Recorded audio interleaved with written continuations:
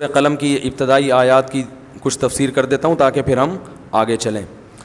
والقلم وما یسطرون، اللہ نے قلم کی قسم اٹھائی. وما یسطرون، اور وہ تحریریں جو قلم سے لکھی جاتی ہیں.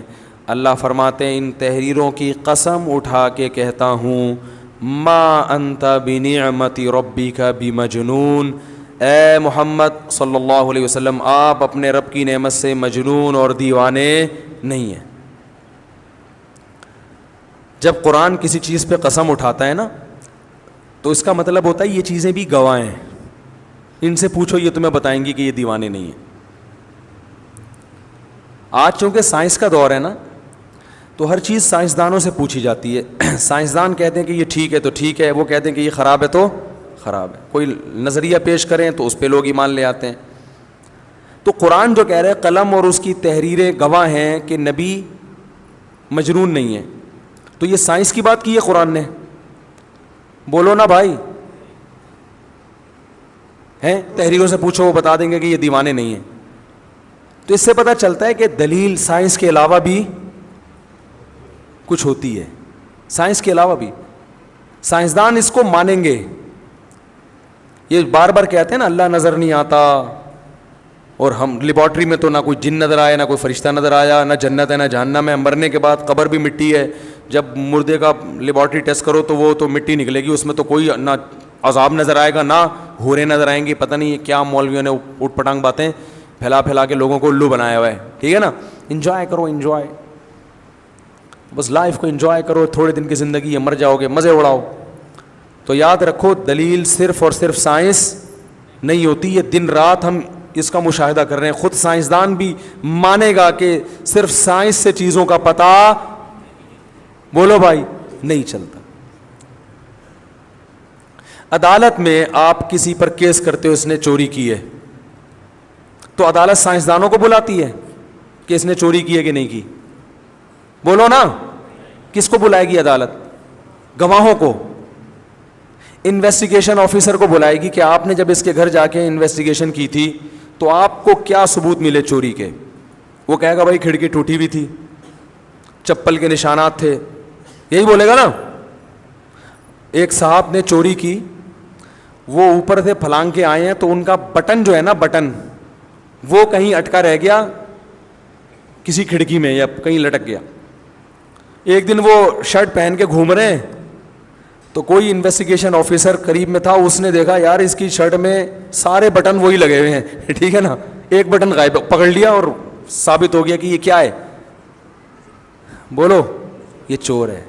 سائنسدان اس کو چور ثابت نہیں کر سکتا کیونکہ آج تک کوئی ایسی لیبارٹری یا کوئی ایسی مشین بنی نہیں ہے کہ جس میں ڈالا جائے تو وہ چور کو الگ کر دے، ایماندار کو الگ کر دے. کوئی ایسی مشین ہے سائنسدانوں کے پاس؟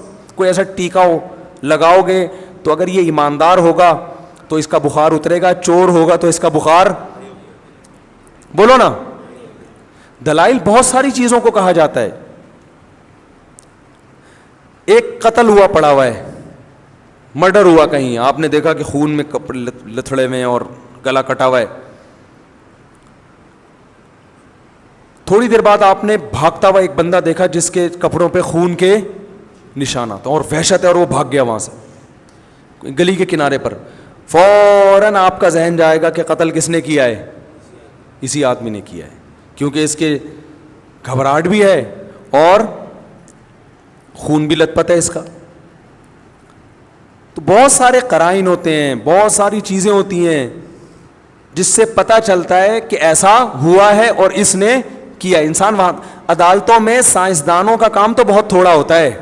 بعض دفعہ انویسٹیگیشن کے لیے، تفتیش کے لیے کسی سائنٹسٹ کا سہارا بھی لے لیا جاتا ہے، ڈی این اے وغیرہ کروا لیا جاتا ہے کہ اس نے جو ڈال دیا کہ فلاں میرے ابا ہیں تو دیکھ لو ذرا ٹیسٹ کر کے ہیں بھی کہ نہیں ہیں. ٹھیک ہے نا. یا یہ کہ کوئی قتل کے کیس میں وہ پوسٹ مارٹم وغیرہ کروایا جاتا ہے تو اس میں سائنسدان جو ڈاکٹر ہوتے ہیں وہ بتا دیتے ہیں کہ یہ قتل گلا دبنے سے ہوا ہے یا کس سے ہوا ہے، تو سہارا لیا جاتا ہے. لیکن ہمیشہ ایسا نہیں ہوتا. حالانکہ عدالت کا اور جج کا تو سارا دن کام ہی حق تک پہنچنا ہے، لیکن ہزار کیسز میں ایک کیس ایسا ہوگا جس میں وہ سائنسدانوں سے یا ڈاکٹروں سے رابطہ کرتے ہیں. 999 کیسز میں وہ ڈاکٹروں کو اور کیمسٹ کو اور جو ایٹمی سائنسدان ہیں یا کسی بھی قسم کے سائنٹسٹ کو وہ انوالو نہیں کرتے. تو پتہ یہ چلا کہ جج جو حق تک پہنچنے کی کوشش کرتا ہے وہ جن وسائل اور ذرائع سے پہنچتا ہے وہ تمام وسائل اور ذرائع دلیل ہی ہیں. ان کو آپ دلائل کی فہرست سے نہیں نکال سکتے. اب حیرت اس پر ہوتی ہے کہ جب مذہب کا معاملہ آتا ہے تو یونیورسٹیوں کے اسٹوڈنٹ سارے سائنسدانوں کے حوالے دیتے ہیں. یہ سائنٹسٹ کہتے ہیں کہ اللہ تو نظر نہیں آتا, سائنٹسٹ کہتے ہیں یہ بات تو اسلام کی سائنس کے خلاف ہے, سائنٹسٹ یہ کہتے ہیں سائنٹسٹ کیوں نہیں خدا کو مانتے, یہ سائنٹسٹ مولوی کیوں نہیں ہوتے, ان کی لمبی لمبی داڑیاں کیوں نہیں ہوتی اور ان کی شلواریں ٹخنوں سے اوپر کیوں نہیں ہوتی, یہ سائنسدان تہجد گزار کیوں نہیں ہوتے, حالانکہ یہ تو زمین کے اور آسمان کے حقائق پر ہم سے زیادہ مطلع ہوتے ہیں, انہیں تو وہ کچھ پتہ ہوتا ہے جو ہمیں پتہ نہیں ہوتا, تو یہ نیک کیوں نہیں ہوتے, اور جو نیک ہوتے ہیں وہ سائنس سے ان کا دور دور کا بھی تعلق نہیں ہوتا. میں سمجھا پا رہا ہوں سوال ہے بھائی؟ تو بھائی سائنس دان نیک اس لیے نہیں ہوتا کہ وہ ساری زندگی کس میں لگا رہا ہے, سائنس میں. سیدھا راستے تک پہنچنے کے جو دیگر دلائل ہیں ان کو وہ لفٹ ہی نہیں کراتا. دیکھو علاج, آپ اگر بیمار ہو تو شفا ہونے کا جو طریقہ ہے دنیا میں وہ کیا ہے؟ ڈاکٹر کو دکھانا. اگر آپ ڈاکٹر کے پاس نہیں جا رہے تو آپ کتنے بڑے سائنٹسٹ ہو, کتنے بڑے کیمسٹ ہو, آپ ٹھیک ہو جاؤ گے؟ اب اگر آپ کو لوگ کہیں یار اتنا پڑھا لکھا آدمی, اس نے تو ایٹم بم بنایا, ملک کو ایٹمی طاقت بنایا, اور جناب یہ تو اتنا پڑھا لکھا, یہ تو چاند سے ہو کر آیا ہے, چاند پہ پہلا قدم تو آرم اسٹرانگ نے رکھا تھا, دوسرا قدم اس نے رکھا تھا, اتنا بڑا سائنٹسٹ, اتنا بڑا پی ایچ ڈی, یعنی اس نے اتنا بڑا اسکالر, لیکن اس کے گردے خراب ہیں یار, اس کے گردے میں پتھری ہو گئی. تو اس کا جواب یہ دیا جائے گا بھائی گردوں کا جو اسپیشلسٹ ہے نا وہ یہ نہیں ہے, اس کو گردے ٹھیک کرنے کے لیے کڈنی کے اسپیشلسٹ کے پاس جانا چاہیے تھا. یہ چاند پر گیا ہے تو واہ واہ ہو گئی, لیکن گردے اس کے خراب اس لیے ہیں کہ گردوں کا شعبہ اس کے پاس ہے ہی نہیں. کڈنی اسپیشلسٹ چاند پہ نہیں جا سکتا کبھی بھی قیامت تک, وہ ساری زندگی گردوں پہ محنت کرتا رہا ہے, چاند کے گردے نہیں ہوتے. کیا خیال ہے بھائی؟ بلکہ چاند پر جانے کے لیے جس قسم کا دل گردہ چاہیے وہ اس کے پاس ہے ہی نہیں, وہ مارکیٹ میں بنتا ہی نہیں ہے, وہ اور ٹائپ کا دل گردہ ہے. تو بات یہ ہماری LUMS university, Punjab university, Karachi university, ان میں زیادہ تر جو ایجوکیٹڈ لڑکے اور پروفیسر ہیں وہ ایتھیزم کی طرف جا رہے ہیں, مذہب سے دور ہو رہے ہیں, کیونکہ ان کے پروفیسر دن رات سائنسدانوں کے گیت گاتے ہیں ان کے سامنے. نیوٹن نے یہ لا پیش کیا, کتنا زبردست.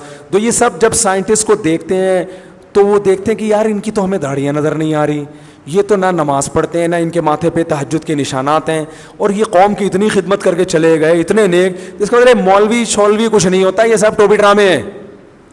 پھر یہ باتیں بھی کرتے ہیں اللہ نظر کیوں نہیں آتا, اگر اللہ ہے تو بس ہے. یہ کیا دلیل ہے کہ محمد صلی اللہ علیہ وسلم اللہ کے پیغمبر بھی ہیں؟ وہ 1400 سال پہلے جو گزرے تھے ہم ان کو فالو کریں یار, وہ آج کے جدید تقاضوں سے تھوڑی واقف ہیں. بھائی ایک ایسا شخص جو پہاڑوں پتھروں کے دور میں پیدا ہوا, عرب کے بدو میں پیدا ہوا, ہم 15ویں صدی میں 21ویں صدی میں ہم اس کو فالو کریں, یہ تو مولوی ہمیں پیچھے کی طرف لے کے جا رہے ہیں. یہ ساری باتیں فیس بک پہ بھی ملیں گی آپ کو, یوٹیوب پہ بھی ملیں گی, اور یونیورسٹیوں میں ہول سیل کے حساب سے ملیں گی پڑھے لکھے طبقے میں. تو یہ پڑھا لکھا ہونا الگ بات ہے اور کھوپڑی ہونا یہ بالکل الگ چیز ہے, ڈفرینٹ چیز ہے. میں نے بڑے بڑے پڑھے لکھے بہت عجیب عجیب سے مکھنچو دیکھے ہیں, بالکل illogical بات کرتے ہیں. تو یاد رکھو دلیل صرف سائنس نہیں ہے, سائنس کے علاوہ بہت ساری چیزیں دلیل ہیں. بہت کم چیزوں میں ہم سائنس کا سہارا لیتے ہیں. میں عدالت کی مثال دے رہا ہوں. عدالت چاہے وہ امریکہ کی ہو, برطانیہ کی ہو, عدالت کا جج کا سارا دن کام ہی یہی ہوتا ہے کہ درست نتیجے تک پہنچنے کی کوشش کرے. اس کے لیے وہ گواہ بھی طلب کرتا ہے, گواہوں سے گواہی دی جاتی ہے تو لوگ کہتے ہیں بھائی لوگ کہہ رہے ہیں تو اس کا مطلب ایسا ہوگا, اتنے سارے لوگ جھوٹے نہیں ہو سکتے. عدالت میں جب گواہوں کو لایا جاتا ہے وہ کہتے ہیں ہم نے خود اس کو دیکھا ہے, چوری کی ہے اس نے, حالانکہ گواہوں میں جھوٹے ہونے کا امکان ہے. تو پھر جو مدعا علیہ ہے وہ کیس کرتا ہے کہ جو میرے خلاف گواہ پیش کیے جا رہے ہیں وہ گواہ ٹھیک نہیں ہے, تو عدالت کہتی ہے تمہارے پاس کیا دلیل ہے؟ وہ 4 گواہ اور لے آتا ہے کہ تو بندہ ہی ٹھیک نہیں ہے, رپورٹ نہیں پیش کرتا کہ ٹھیک نہ ہونے کی رپورٹ پیش کی جا رہی ہے. وہ بھائی 2 نے اس کے خلاف گواہی دی, وہ 4 آدمی اس کے خلاف لے آتا ہے, تو وہ بھی تو آدمی ہوتے ہیں نا. کیا ہو گیا بھائی؟ پھر جج کنفیوز ہوتا ہے, یار یہ تو بندہ کنفیوز ہو رہا ہے. تو پھر جج مدعی سے کہتا ہے یہ تمہارے جو 2 گواہ ہیں ان پہ جرا ہو گئی ہے اور ان پہ میرا اعتماد ختم ہو گیا, دوسرے لے کر آؤ. اب مدعی کیا کرتا ہے؟ پورا محلہ اٹھا کے لے آتا ہے بھائی. وسیم کباڑیے کو بھی فون کرتا ہے, پھر آپ گولے گنڈے والے کو بھی, یار تو بھی آ ذرا. جتنے محلے میں اس کے لوگ تھے سب کو بلا کے جج کہتا ہے بھائی پورا محلہ غلط نہیں ہو سکتا, فوراً فیصلہ سناتا ہے. کیا خیال ہے؟ تو اس سے کیا نتیجہ نکلا؟ نتیجہ ہی نکلا کہ 1-2 آدمی, پہلا چیز جو نکلا کہ دلیل گواہ بھی ہوتے ہیں, لوگ کیا کہہ رہے ہیں. کیا خیال ہے؟ لوگوں کی بات کو لیا جاتا ہے. نمبر 1, لوگوں میں غلطی کا امکان بھی ہے, لیکن اگر لوگ حد تواتر تک پہنچ جائیں خبر دینے میں, پھر ان میں غلطی کا امکان ختم. پوری دنیا میں مانا جاتا ہے کہ جب خبر متواتر ہو جائے, ہر آدمی بیان کر رہا ہو, پھر اس کو رد کرنا یہ ہٹ دھرمی اور ضد کے علاوہ کچھ بھی نہیں ہے, پھر یہ ضد ہے. دیکھو ورلڈ ٹریڈ سینٹر جب تباہ ہوا, کسی سائنسدان نے ہم کو بتایا تھا کہ ورلڈ ٹریڈ سینٹر تباہ ہو گیا ہے؟ بولو نا. ہم نے ویڈیوز دیکھی, بلکہ بہت سو نے ویڈیو, ابھی تک بہت سے لوگ ایسے ٹی وی دیکھتے ہی نہیں, انہوں نے خبریں سنی, وہ بھی کہہ رہے تباہ ہو گیا, وہ بھی کہہ رہے تباہ ہو گیا, تو انہوں نے بھی مان لیا کہ تباہ ہو گیا, حالانکہ دیکھا نہیں. اگر ویڈیو دیکھیے تو فیک ویڈیو بھی تو ہو سکتی ہے, فلموں میں نہیں. فلموں میں جہاز آ کے ٹکرا رہے ہوتے ہیں, آپ کہہ سکتے ہو کہ بھائی فلم میں بالکل ورلڈ ٹریڈ سینٹر جیسی عمارت بنا کے جہاز ٹکرانا ہے تو بڑا مشکل ہے. تو بھائی ہو سکتا ہے جو عمارت آپ کو میڈیا نے دکھائی ہے وہ ورلڈ ٹریڈ سینٹر ہو ہی نا. لیکن آپ کہو یار جیو ٹی وی بھی جھوٹ بول رہا ہے, ARY بھی جھوٹ بول رہا ہے, یہ نہیں ہو سکتا, اور فلانے چینل بھی, امریکہ کا چینل بھی, ساری دنیا مان رہی ہے. تو بھائی ساری دنیا جب ایک بات کی خبر دیتی ہے تو انسان کا ضمیر کہتا ہے کہ یہ خبر غلط نہیں ہو سکتی, ناممکن ہے اس کو جھٹلانا.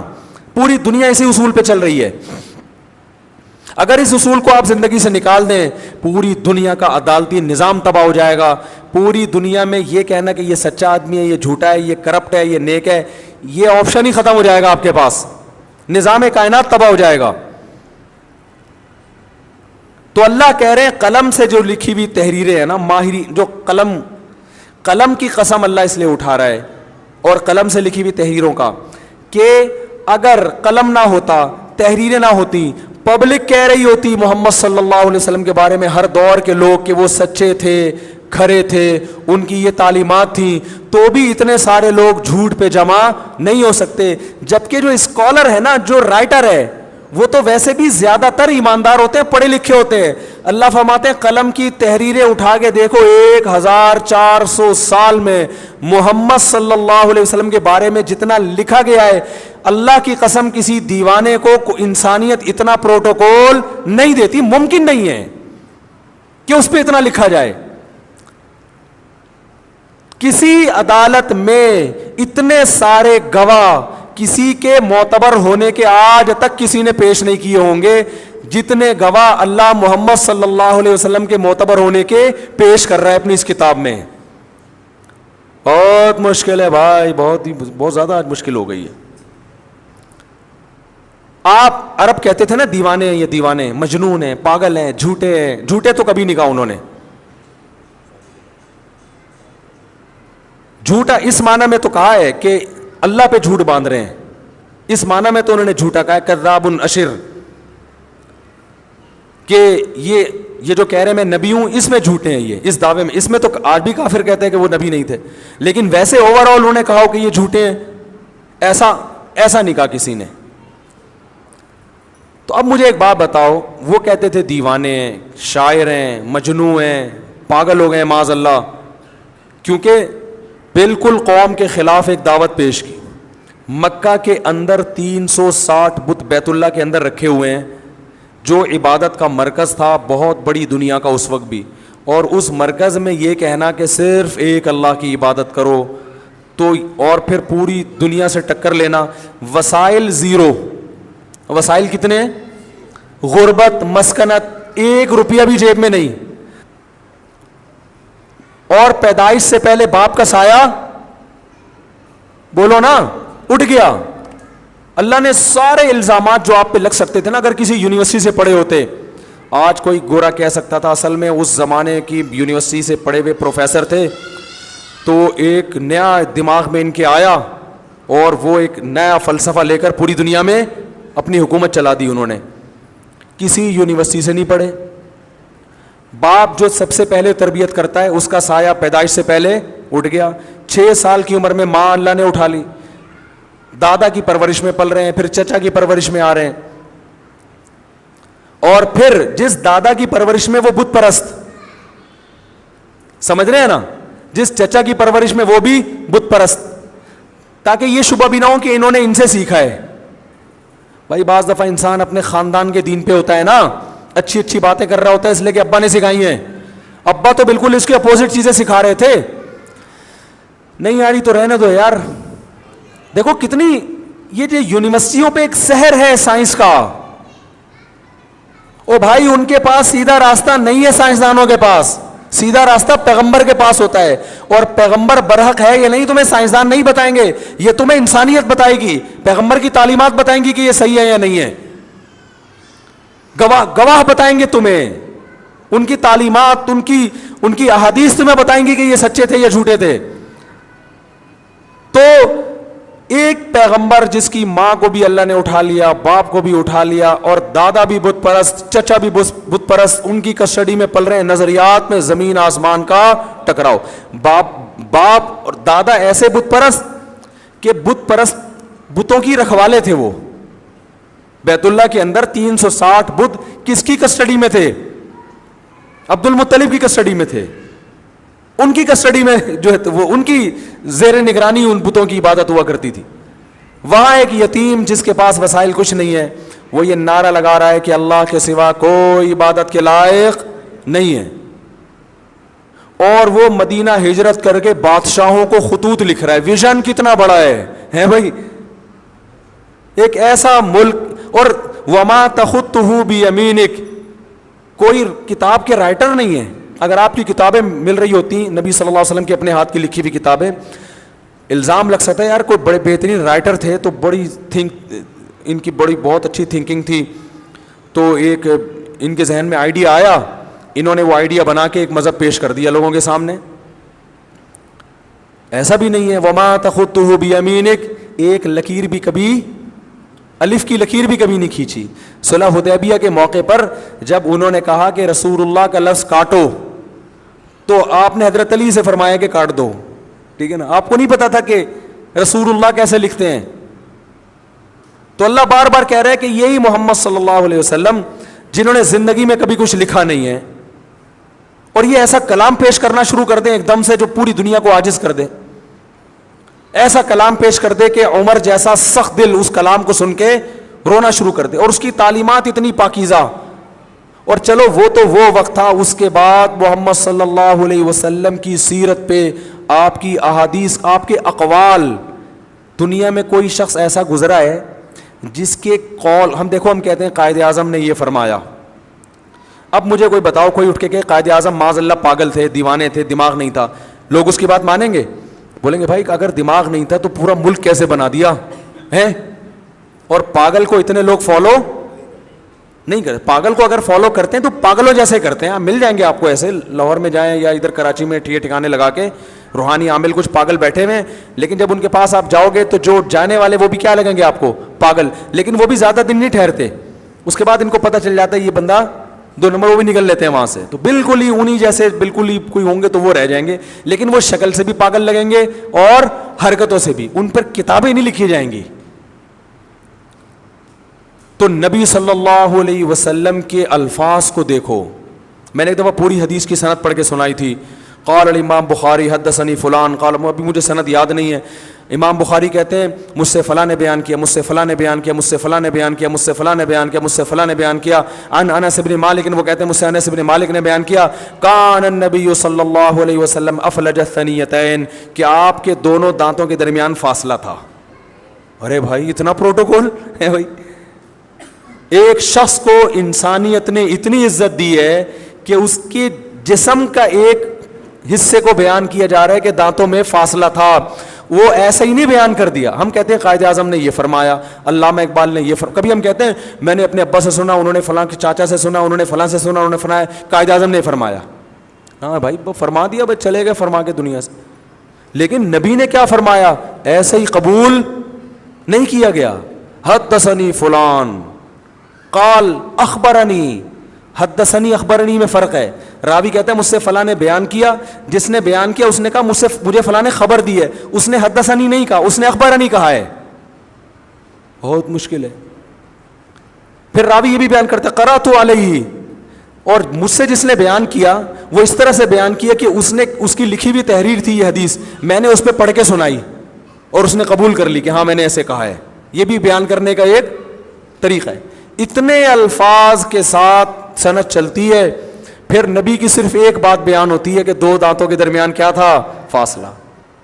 تو ان کے حالانکہ اس کا عملی زندگی سے کوئی تعلق نہیں ہے، تو جن حدیثوں کا عملی زندگی سے تعلق ہے، جو لا ہے، اس کی کیسے حفاظت ہوئی ہوگی؟ پھر وہ جو حدثنی فلان راویوں کی بحث چلتی ہے، وہ راوی کتابوں میں آج تک ان کی سیرت محفوظ ہے۔ کسی راوی کے بارے میں بخاری میں تقریباً 6000 حدیثیں ہیں، مسلم میں بھی، ابو داؤد میں بھی حدیث کی درجنوں کتابیں ہیں، کسی کتاب میں بھی نبی کی کوئی حدیث ہو، اس کے راوی کو اٹھا کے دیکھیں تو اس راوی کی پوری سیرت پر الگ الگ آپ کو اقوال ملیں گے، یہ جھوٹا تھا، سچا تھا، اس کے باپ کا نام کیا تھا، اس کی کنیت کیا تھی، کہاں رہنے والا تھا، اس نے علم کن سے حاصل کیا، کون اس کے اساتذہ تھے، کون اس کے شاگرد تھے، کیونکہ جب تک یہ ڈیفائن نہیں ہوگا اس کی کہی ہوئی بات قابل اعتبار نہیں۔ اس کے بارے میں لوگوں کا تبصرہ کیا تھا؟ تو اللہ کہتے ہیں قلم کی جو لکھی ہوئی تحریریں ہیں نا، ان کو اٹھا کے دیکھ لو جج صاحب، ہم سب جج ہیں نا جو جج کر رہے ہیں کہ نبی سچے تھے یا نہیں تھے، تو عدالت میں اللہ نے ہم کو جج قرار دے دیا اور اللہ مدعی ہے، اللہ یہ دعویٰ کر رہا ہے کہ جس شخصیت نے نبوت کا دعویٰ کیا محمد وہ جھوٹے نہیں تھے، وہ مجنون نہیں تھے، وہ سچے تھے۔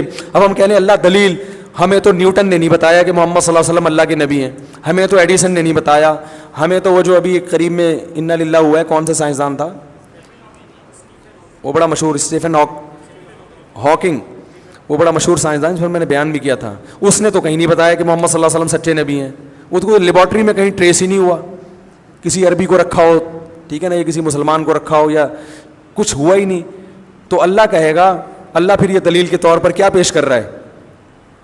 کتابیں پیش کر رہا ہے، تحریریں پیش۔ پھر اللہ کہہ رہا ہے سیرت پہ جو کتابیں لکھی گئی ہیں، دنیا میں کسی شخص کی سیرت پر اتنی کتابیں نہیں لکھی گئیں جتنی محمد صلی اللہ علیہ وسلم کی سیرت پر۔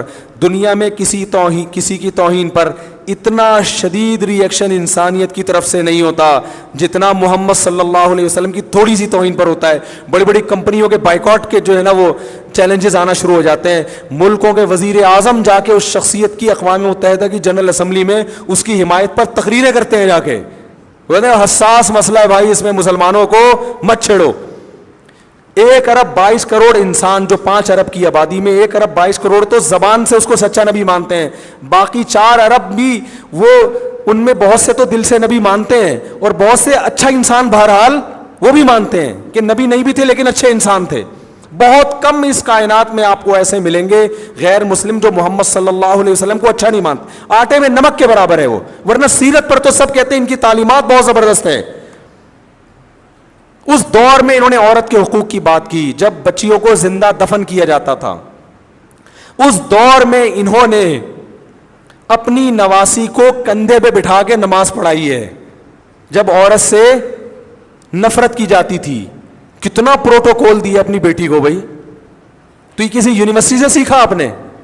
اور پھر تعلیمات زبردست، ان تعلیمات کو دنیا میں نافذ کرنے کا جو فارمولا تھا وہ انتہائی سوٹیبل، کہ 23 سال کے عرصے میں اپنا ویژن مکمل کر کے چلے گئے اور ایسی قوم تیار کر کے گئے ہیں کہ تھوڑے سے عرصے میں 22 لاکھ مربع میل پر اسلامی حکومت قائم ہو جاتی ہے.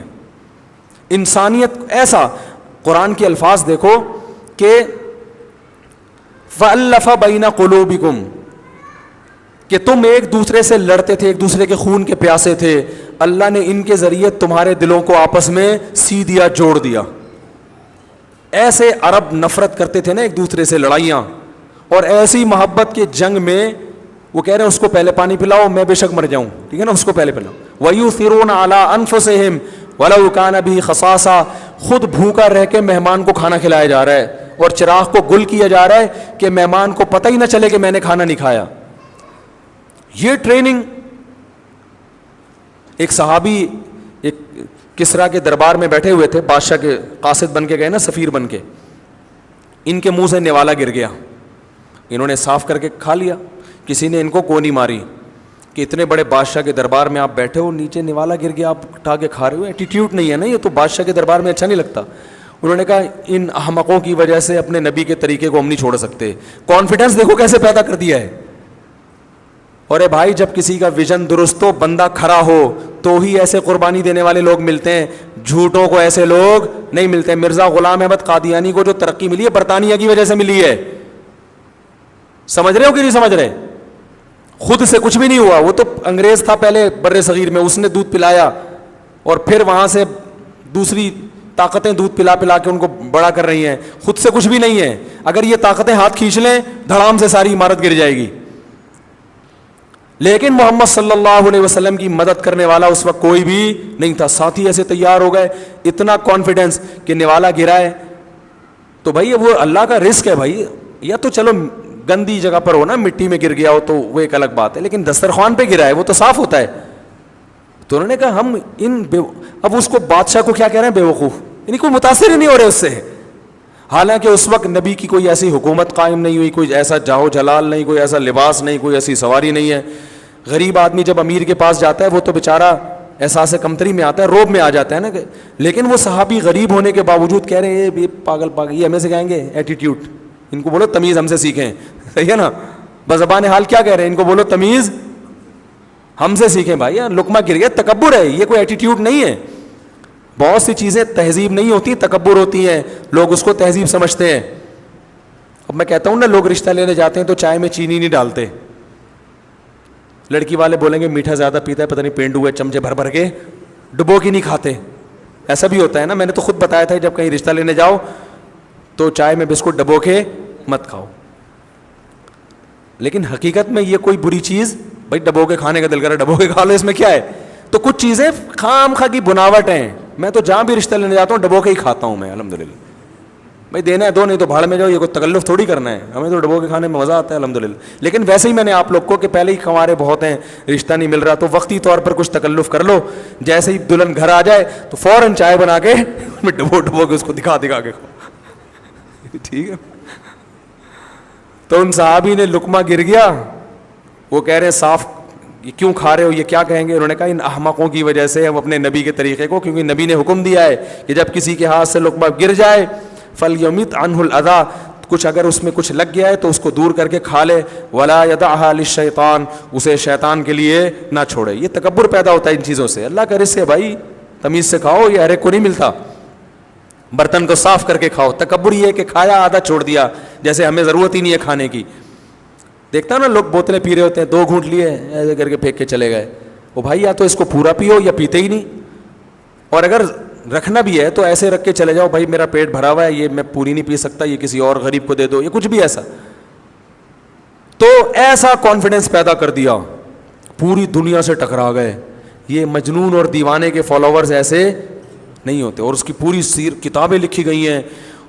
پوری دنیا میں ایک تہلکہ مچ, آج پوری دنیا میں جتنے بھی مذاہب ہیں, لبرل لوگوں کو سب سے زیادہ چڑ اسلام سے ہوتی ہے, کسی اور مذہب سے نہیں ہوتی, کیونکہ ان کو پتا ہے کہ اسلام ہی ہے جو ہماری ٹکر میں آ کے کھڑا ہے, باقی کسی کو نہیں وہ خطرہ سمجھتے.